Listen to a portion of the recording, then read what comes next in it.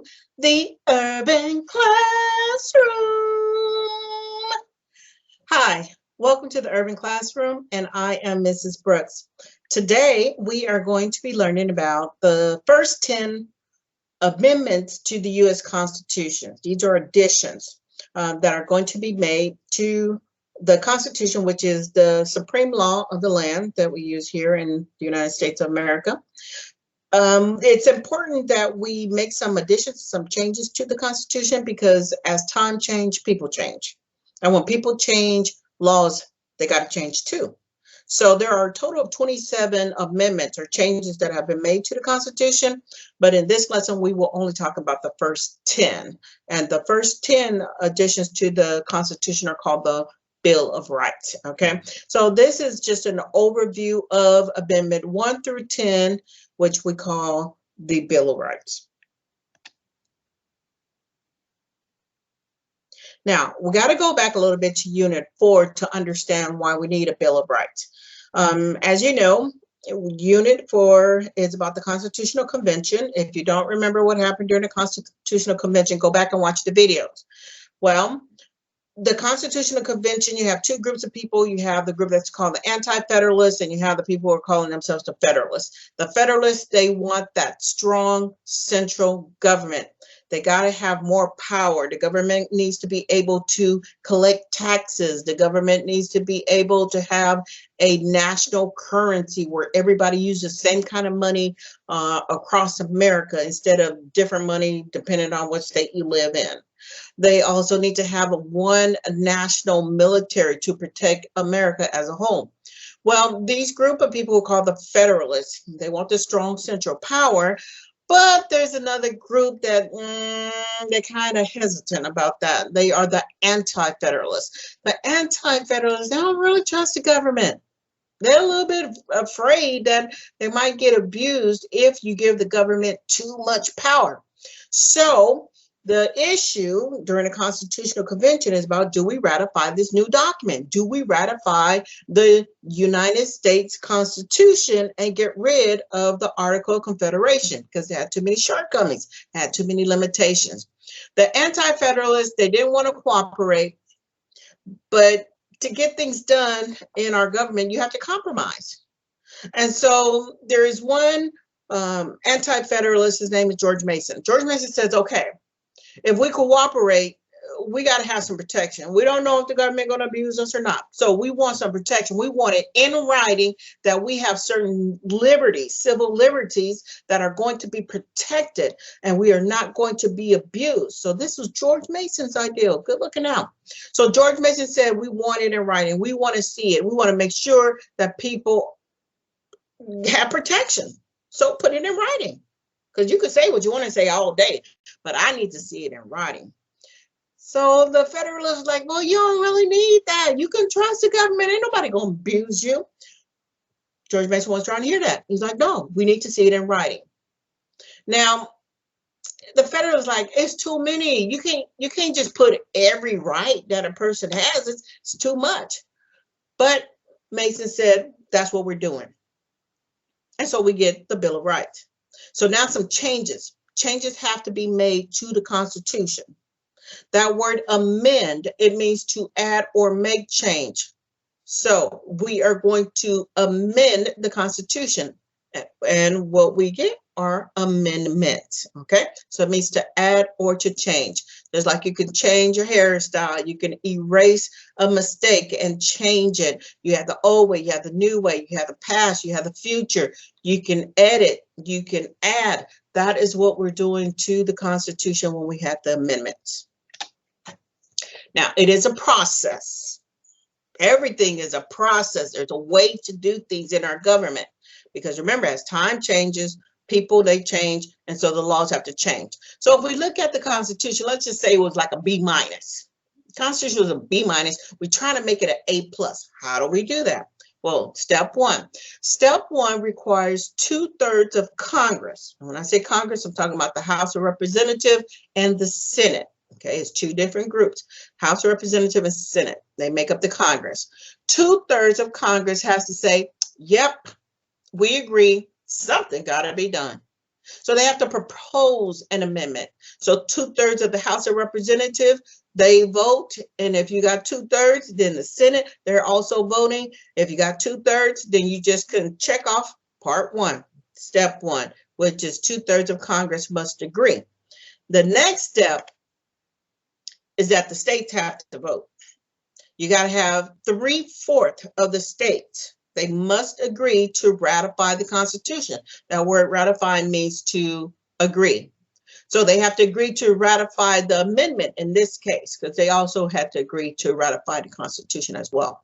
Okay, so 2/3 in Congress, the House of Representatives and the Senate, and then you have 3/4 within the states. If they agree and say, yes, we want to go ahead and approve this amendment, then you move on to step 3, which means now changes can be made to the Constitution, and it should be something that helps a lot of people all across America. It should be something that was so serious that it was causing a lot of problems for Americans, and it had to be changed. So this process is very challenging, is very difficult. It is not to be taken lightly. Only 27 times in our history so far has the Constitution been amended, okay? But this is the process. It's called the amendment process.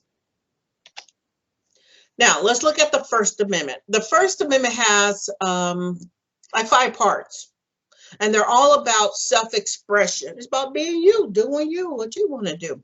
So these 5 areas, I like to refer to them as RAPS, R-A-P-P-S, RAPS. It'll help you remember this. If you remember this acronym, you can remember the 5 liberties that you have. So the R stands for religion. The A stands for assembly. The P stands for press. The second P stands for petition, and then the S stands for speech. So let's take a look at these different parts of the First Amendment. Now, according to the First Amendment to the U.S. Constitution, people have the freedom of religion. You can practice whatever religion you want to. You can go to the church. You can go to the mosque. You could go to a temple. You could go to a synagogue. You can practice whatever religion that you are interested in. But also under the First Amendment, you don't have to practice any religion at all. You're not going to be forced to. You don't have to. It is your choice. So under the First Amendment, you have the freedom to express your religion, or you have the freedom to not participate in any religion at all. It is your choice. Now, around the world, it's not like that. In some places around the world, people are expected to practice a certain religion, like the whole country practice one religion.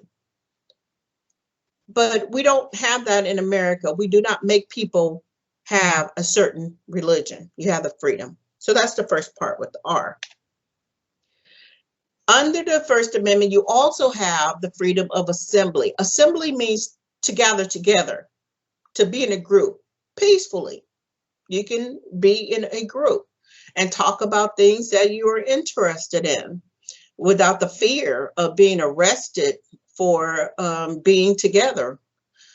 Now, freedom of assembly, kind of just think of it when you're in school and there's going to be an announcement made, or there's a performance, and then you go to the assembly hall. Is a place where everybody together can gather and have a seat, and maybe you're watching something or listening to an administrator. That's an assembly. And schools have assemblies throughout the years to celebrate different like holidays or different events on a calendar, such as Black History Month or Hispanic Heritage Month or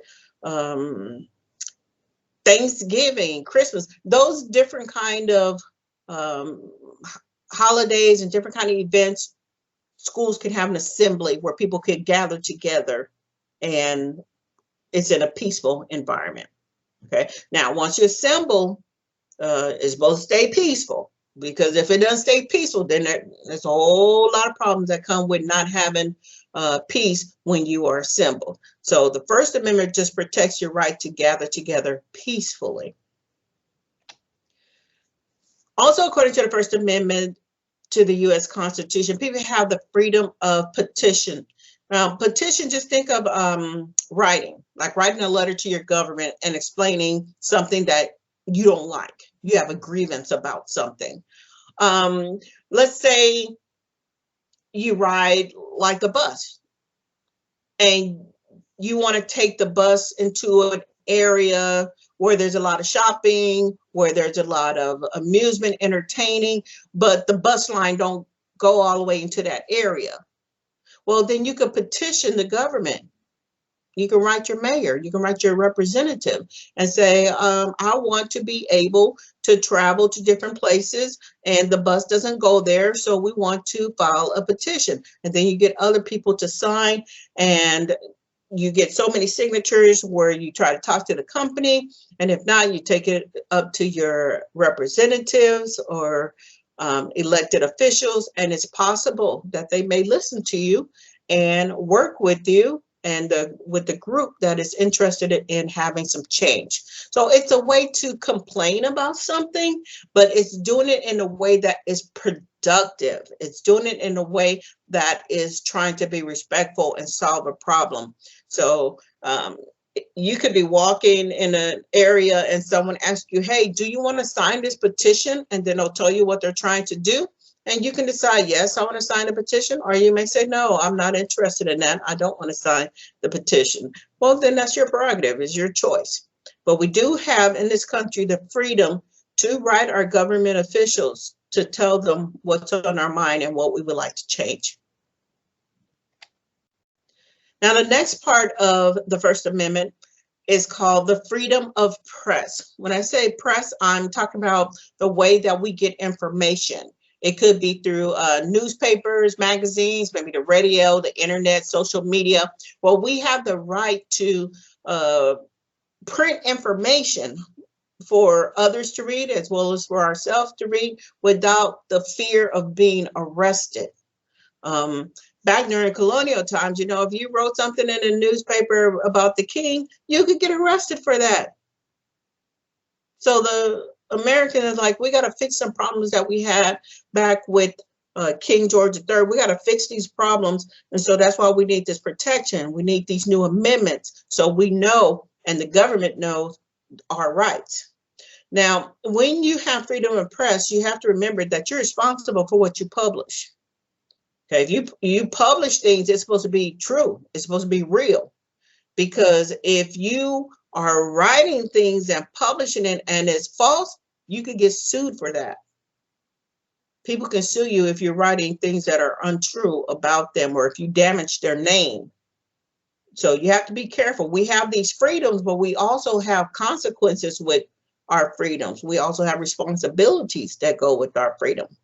Okay, so freedom of the press under the First Amendment to the U.S. Constitution gives us the right to publish information that is factual. It has to be true.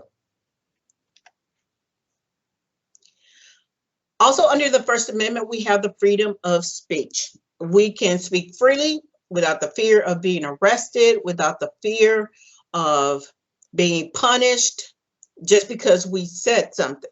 Now, again, you got to know that you are responsible for what you say. You have the freedom of speech, but again, it comes with consequences. If you start speaking hate and you are saying things that put a person's life in danger, you can be held responsible for that.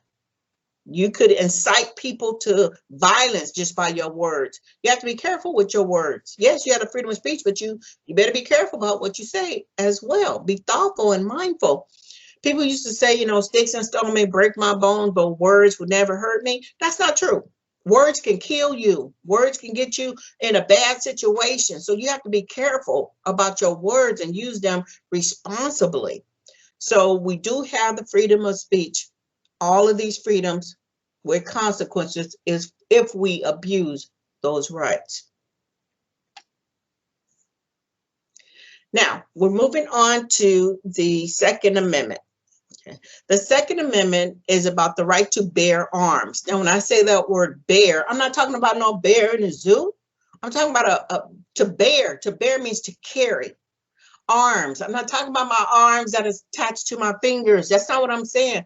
The arms mean a weapon. So this is like a military term. To bear arms means the right to have a weapon. So the Second Amendment was created because during colonial time, King George III, he was trying to stop the colonists from having weapons because, you know, he know they wanted to fight him, and he didn't want the colonies to have these weapons. So after the war, and when America got their independence from Great Britain, then the American says, we're going to have to fix some of those problems we had with King George, because King George, he wasn't listening. So we have to now make sure things are in writing. So that's why we have the Second Amendment. It gives us the right to bear arms, which is to own a weapon. But now remember, you're supposed to do it legally. You got to do paperwork. You got to be a certain age to properly own a weapon. Now, do people have weapons and they don't have paperwork? Yep, we know that, but it ain't right. So we trying to be good citizens. We're trying to follow the rules. We do have the right to bear arms. It's just got to be done legally. Okay, so all across America, people have the right to bear arms, but it's a lot of controversy about owning a weapon because some people, they're not responsible. And you got issues with school shootings, you got issues with mass shooting, you got issues with domestic terrorism. It's a lot of issues about gun and gun control. But each state, they make their own rules about how they want to manage gun control, or how they want to manage what kind of weapons people can buy and what they cannot buy. Some people have assault rifles that the military use, and some people say that ain't right. Why you need something that the military is using? You're just a regular person. So it's a lot of controversy about the Second Amendment. All I'm saying is it's in the Bill of Rights. People have the right to own a weapon, bear arms. And yes, that is me in the bottom right hand corner, because as you know, I was in the military for 22 years, and that is a requirement. If you're in the military, you have to be able to qualify with your weapon. That means to go out and shoot at different targets, and we have to qualify every year. So that was me. All right, so now we're on the Third Amendment. The Third Amendment is about quartering. Now, when I say quartering, I'm not talking about no money. I'm not talking about no quarter. Quartering is a military word. So if I went to my commander and I said, ma'am, I need to get quarters, she's not going to dig in her pocket and give me no quarter. What she's going to do is find me a place to stay, because that's what quarters mean. It means like a house, an apartment, someplace that you can live and sleep, because this is what we do in the military. We got to have quarters. So this amendment happened because of the issues that the colonists had with King George III. See, the anti-federalists, they're not trying to get abused again. They looking at all the trauma that they went through with King George III. And they're like, we got to fix this. We're going to fix some of this stuff, that these problems we have with King George, we're going to fix them in this new document called the Bill of Rights. So if you go back in history, you might remember something called the Boston Tea Party, when those colonists, they got on that ship that belongs to the king, and they got the king tea and just dumped it in the water in the Boston Harbor, cost the king millions of dollars, and the king was all mad. And then so the king, to get back at the colonists for wasting his money like that, he had the Intolerable Act. Now, the Intolerable Act, there was just different ways for the king to punish the colonists. And one of the ways that the king punished the colonists, he said, well, you waste my money and you need to pay me back. The Boston Harbor is closed. No ship goes in, no ship goes out. But he says, also, I'm going to let these soldiers stay in your house. You're going to have to feed them. You're going to have to take care of them. See, that was a form of taxation without representation. The king was getting his money back because now the regular civilian people, civilian is a person who's not in the military. So the civilian people had to take care of the soldiers, feed them, and give them a place to sleep. And the people were like, not okay with that. Because see, if it was like a mom and a dad, and then they had a son and a daughter, and they said, now my baby girl can't have her own room by herself because the soldier got to stay in that room. Now my baby girl got to move, and I don't like that. So see, a lot of the colonists, they said, we're not going to let that happen to us again. We're not going to let the government just put people in our house without our permission, without our consent. And so that's how we got the Third Amendment, where the American says we got a new government now. We got this U.S. Constitution thing going on, and we need a rule. We need something in writing that says soldiers just can't be in our house without our permission. Now, this is different from like if you got a cousin who's in the military and your cousin is coming by to just visit you. They can stay in your house, you know, if they got your family permission. That's fine. This Third Amendment is about like the government just saying, we're going to put 5 soldiers in your house and you take care of them. No, you're not, because I got protection by the Third Amendment to the U.S. Constitution. It bans quartering of the soldiers in the civilian houses. All right, so that's the Third Amendment. Now, I want to talk about the Fourth, Fifth, and the Sixth Amendment. Those, they kind of go together because they're all about criminal trials. See, these 3 amendments, the Fourth, the Fifth, and the Sixth, they're all about the government saying that we don't know if a person is guilty or if a person is innocent. We don't know. So we got to go to court. Okay. Fourth, Fifth, and Sixth Amendment is about if you have to go to court or if you have any issue or interaction with law enforcement. Now, when the person goes to court, the jury's going to hear the case and then a decision is going to be made. A verdict will be made. But remember, even if the person is accused of committing a crime, that person still got some basic human rights. You don't get to abuse people just because you think they did something wrong. That's a violation of my rights. You're not going to violate my rights because I know the Bill of Rights. So let's take a look at the Fourth, the Fifth, and the Sixth Amendment. The Fourth Amendment to the U.S. Constitution protects us from what is called unreasonable searches and seizures. Searches, that's like searching your property, searching your car, searching your house, searching you, searching your pockets. That's unreasonable searches. But they're also talking about unreasonable seizures. Seizure means to take something away from a person. Okay, so under the Fourth Amendment to the U.S. Constitution, we have protection from unreasonable searches and seizures. Now, the police can check your house, the police can check your car, but they need to have what it's called probable cause. They have to think that something is wrong. Something has happened, something is wrong. And so what a police officer does, or law enforcement, they have to go before a judge and give some evidence or some reasons why they feel that they need to go into a house or check a car. So once the judge signs the document called the warrant, then law enforcement have the right to search you and also to seize property or evidence. Now, there are times where the police might ask you, you know, can I check your car? Can I look inside? As a citizen or a person living in this country, you have the right to say no. Do you have a search warrant? And if they say, no, we don't have a search warrant, then legally they're not allowed to come into your area. They're not allowed to take your property away. They're not allowed to check anything without your consent. So some people, they feel like I don't have anything to hide. I didn't do anything wrong. And they might let the law enforcement officer search their car.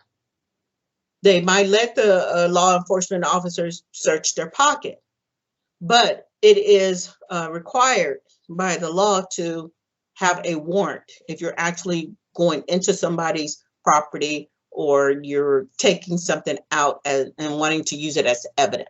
You have to have a warrant. All right, the Fifth Amendment it has 2 parts. So let's look at the first part. The first part is called no self-incrimination. That means people don't have to testify against themselves if they have to appear in court. Now, you're probably watching a movie or something, you heard somebody say, I plead the Fifth, I plead the Fifth. Well, that's what they're talking about. They're talking about the Fifth Amendment. It means I don't want to really say anything because I don't want what I say to be used against me. So I'd rather not say anything in court. Okay, that's the Fifth Amendment. You can plead the Fifth because anything you say, it can and it will be used against you if you go to court. Now that's called the Miranda rights, where they tell you, you have a right to remain silent. Anything you say can and will be held against you in the court of law. That's called the Miranda rights. That's a whole different story. But what you need to know is that under the Fifth Amendment, if you have to go to court, you don't have to testify. That means speak and explain things of what happened. You can let your lawyer do that for you. Now, the second part of the Fifth Amendment is about no double jeopardy. Now, I'm not talking about the TV game show with Alex Trebek. That's not what I'm doing. I'm talking about jeopardy. No double jeopardy means that you can't be tried in court twice for the same crime. So let's say if a person goes to court, they were accused of something, they go to court, the jury listens to the information, and then they say not guilty. Well, if they say not guilty, then that's it. No new evidence can be presented after the case is closed. If they try to try you twice for the same crime of the same original incident, then that is a violation. It's called double jeopardy. Can't do it. Okay, so let me try to explain this a little bit better. Here's a scenario. Let's say there's this guy. He was accused of killing a young boy. The man, he went to court. The jury looked at the evidence, but they said it didn't prove that the man actually killed the boy. So they ruled not guilty. Now, 6 months later, the police find a gun buried in a neighbor's yard, and it still had blood on it. They tested and they found out it was the guy who had previously been declared not guilty. Then they found out later that the man actually confessed to a friend and said he murdered the little boy, that he did the crime. So now what happens? Well, nothing can happen because the man had already went to court for that same situation. And the court says not guilty. So you can't go back and say, oh, I got new evidence against him. No. Caso cerrado. Case closed. But let's say if the man went out and did a different crime and murdered someone, yes, he could go to court again for the different crime, but you cannot go to court for the same case as far as involving the same people involved. Okay. So that is an example of no double jeopardy. Once the court says not guilty, new evidence cannot be presented later on to try to say that the person was actually guilty in the first place. No, it doesn't work like that. Under the Fifth Amendment, we also have what's called due process of the law. Due process means law enforcement is supposed to treat people right. You got to be treated fairly. You got to know what crime they say that you're being accused of. They have to tell you why you are being arrested. See, these are all rights that we have under the Fifth Amendment because it includes due process of the law. Now, people have protection from abuse by law enforcement. So, okay, unfortunately, if the person was drinking and driving, if the person was involved with domestic violence, if the person was involved in murder or credit card fraud or drug abuse, well, that person still has rights under the law, and you're supposed to treat them fairly. That's our right under the Fifth Amendment. Now, the Sixth Amendment to the Constitution also have several different parts. You have a right to a speedy trial. That means when a person, let's say, gets arrested, that person doesn't go straight to prison. That's not how it works. The person can be taken to jail, and jail is where you wait so that you can appear before a judge and they hear your trial.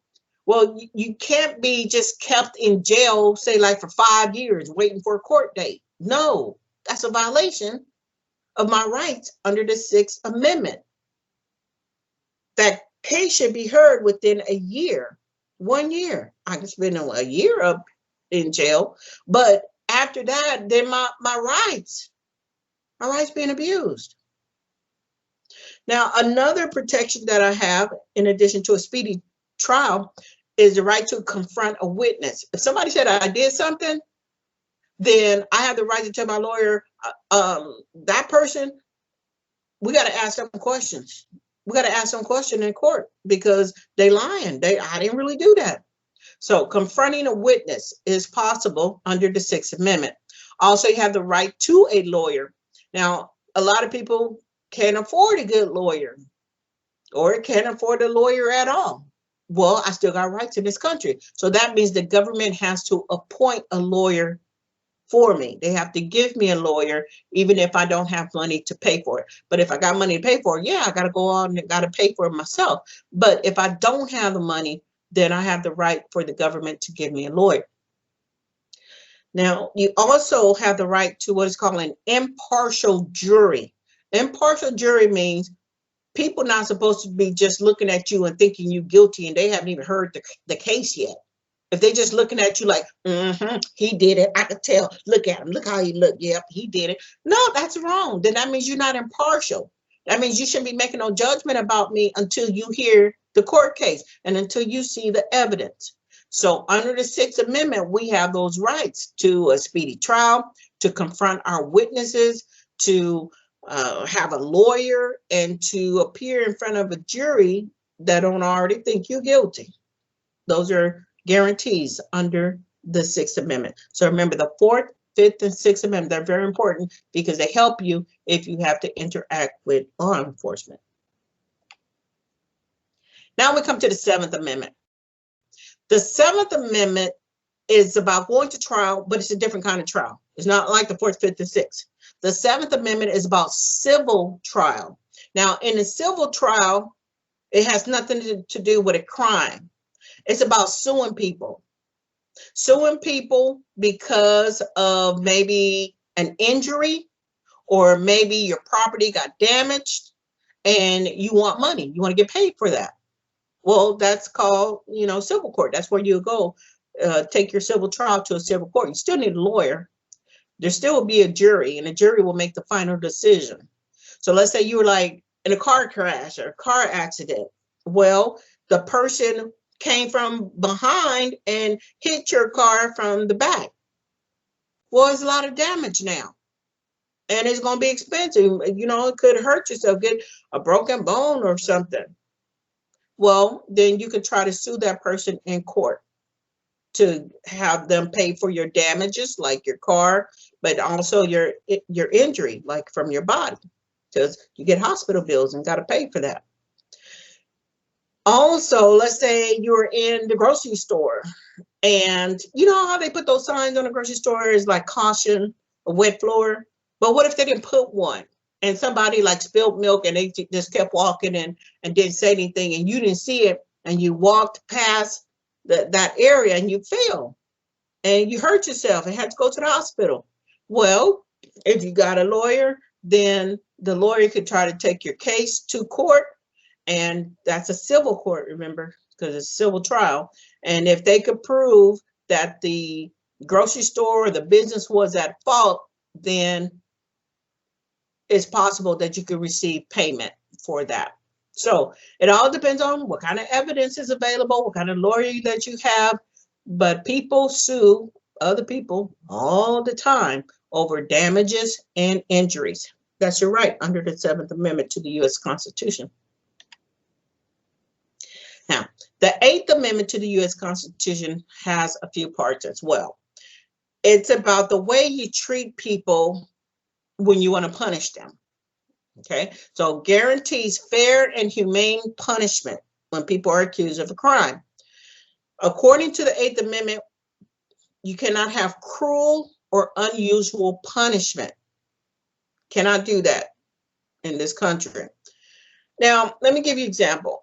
In some countries, if a person get caught stealing, you can get your hand cut off for stealing because they're going to punish you. They'll teach you a lesson. Well, we can't do that in America. That would be considered cruel an unusual kind of punishment. We don't do that.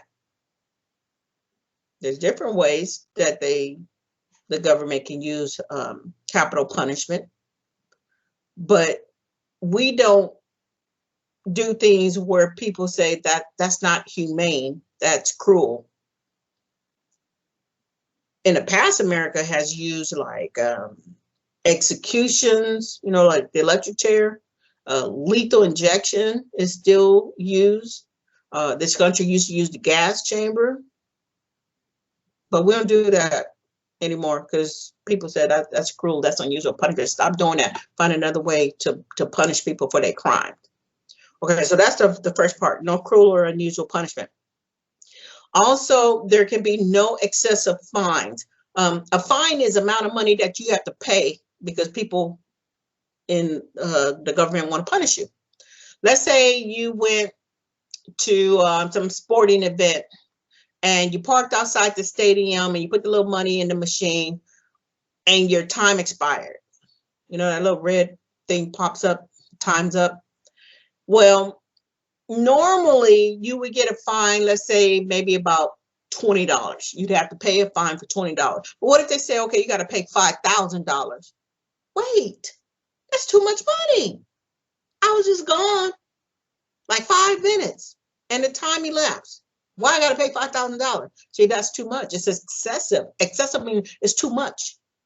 So that's not reasonable to have to pay a $5,000 fine for a parking violation. It needs to be reasonable.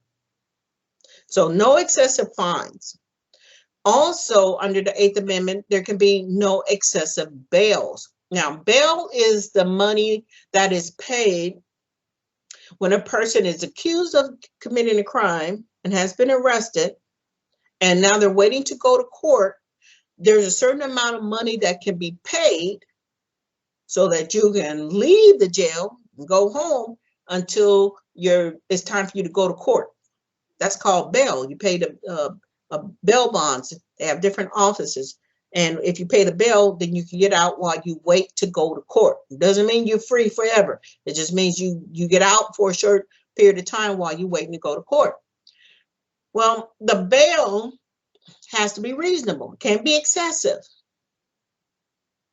Let's say a person was in jail because they were drinking while driving, and now they're waiting to go to court, and the judge says, okay, for you to get out, it's going to be $25 million. $25 million? Everybody got no $25 million. How am I going to pay $25 million? That's too much. That's excessive. It needs to be reasonable. Regular people just don't have $25 million in the realm to pay bail.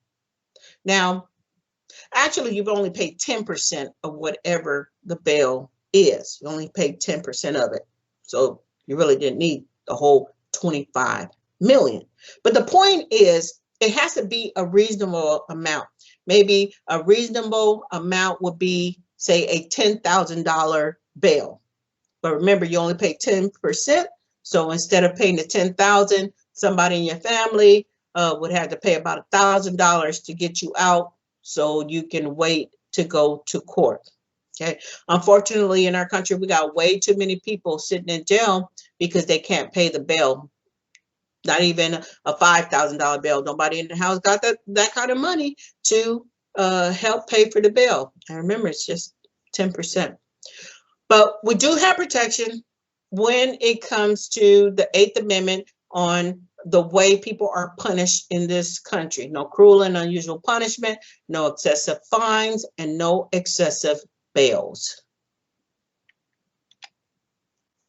All right, now the 9th Amendment is a little bit different because it's not quite clear. The 9th Amendment says that people have individual rights that are not clearly listed in the U.S. Constitution. If you try to write down every right that a person have, that book would be like 5 inches thick, trying to write down all the rights that people have. Now, see, the founding fathers and the framers of the Constitution, they were smart people. They knew that in the future, people in America was going to have some problems problems that they wouldn't even think about or even know about, but people gonna have some problems in the future, and there's got to be a way to help those people with their problems, even though we don't know what the problem is.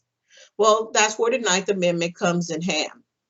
It gives us certain protection, like the right to privacy.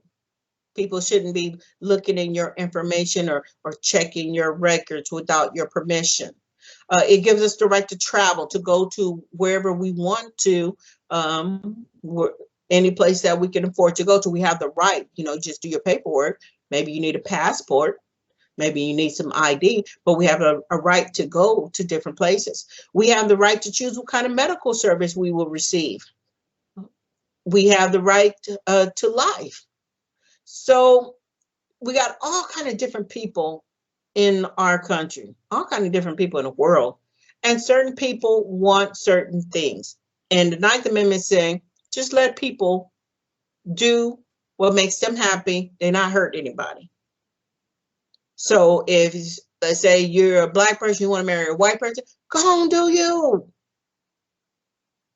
The government has to step back and let people do what they want to do.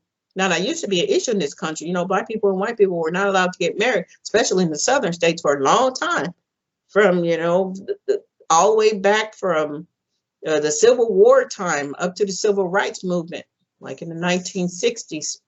So today we have a lot of rights, even though they're not clearly listed in the U.S. Constitution. And then that brings us to Amendment number 10, because this is all about the Bill of Rights. And remember, the Bill of Rights is about the first 10 amendments to the U.S. Constitution. So the 10th Amendment says that power is shared in this country. You have the federal government at the highest level. That's where the three branches of government, are at the legislative branch, executive branch, judicial branch, Congress, president, the U.S. Supreme Court. And then you have state level government. That's where you have your local officials. Maybe you have your governors, you have your mayors, your city council people. So power has to be shared between the federal government and the states. This is a way to show the federalists that the government wasn't going to be so powerful that it started abusing people. There's principles that are in place, like we have the 7 principles of government. If you don't know the 7 principles of government, go back and watch the video for the principles of government. But under the 10th Amendment, it says that any power that is not granted to the federal government, that power belongs to the states. This was a way for states to have their power protected, and it prevents tyranny. Tyranny is just a college word. It means government abuse. So in order to prevent government abuse, make the states share power with the federal government. If I say the federal government, I'm talking about the national government during this time. All right, so that is the 10th Amendment to the Constitution, share the power between the states and the federal government. One of my scholars told me, Ms. Brooks, I kind of understand what you're saying. She said, it's like eating hot Cheetos. I said, what you mean? She said, it's like eating hot Cheetos. The federal government is like the adult that be eating all the hot Cheetos. They eat most of it, but then they share with their kids.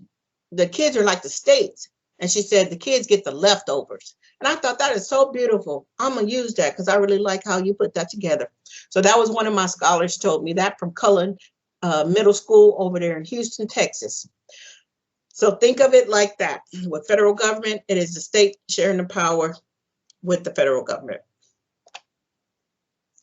So today I have talked to you about the Bill of Rights. The Bill of Rights are the first 10 amendments to the U.S. Constitution.